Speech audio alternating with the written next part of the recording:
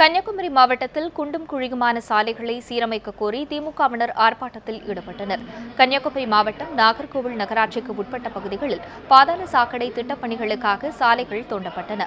இந்நிலையில் சாக்கடை திட்டப்பணிகள் முடிவடைந்த பின்னரும் சாலைகள் சீரமைக்காமல் குண்டும் குழியுமாக உள்ளதால் அடிக்கடி விபத்துகள் ஏற்படுவதாக கூறப்படுகிறது. இதனையடுத்து சாலைகளை உடனடியாக சீரமைக்க கோரி வேப்பமூடு சந்திப்பில் திமுக சார்பில் கண்டன ஆர்ப்பாட்டம் நடைபெற்றது. இதில் நாகர்கோவில் மற்றும் கன்னியாகுமரி சட்டமன்ற உறுப்பினர்கள் உள்ளிட்ட 300க்கும் மேற்பட்டோர் கலந்து கொண்டு சாலையை சீரமைக்க கோரி கோஷங்கள் எழுப்பினர்.